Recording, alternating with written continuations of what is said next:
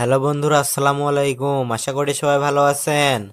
আসতেছে সকলের প্রিয় অভিনেতা মুশফিকার ফারহান ও কেয়া পায়েল অভিনীত নতুন নাটক চোর। বর্তমানে নেত্রকোনার বিভিন্ন লোকেশনে নতুন এই নাটকের শুটিংয়ের কাজ শেষ হয়েছে।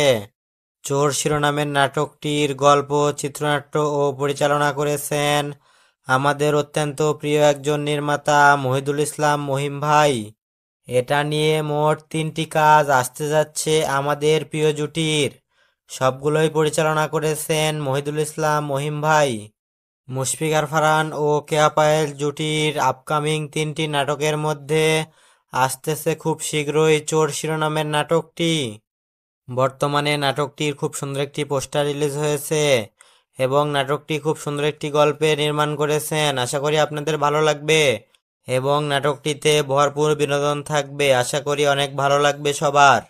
চোর নাটকে মুশফিকার ফারহান ও কেয়া পায়েল ছাড়া আরো অনেক শিল্পীরা অভিনয় করেছেন। এই নাটকটি দেখা যাবে খুব শীঘ্রই ক্যাপিটাল ড্রামা ইউটিউব চ্যানেলে।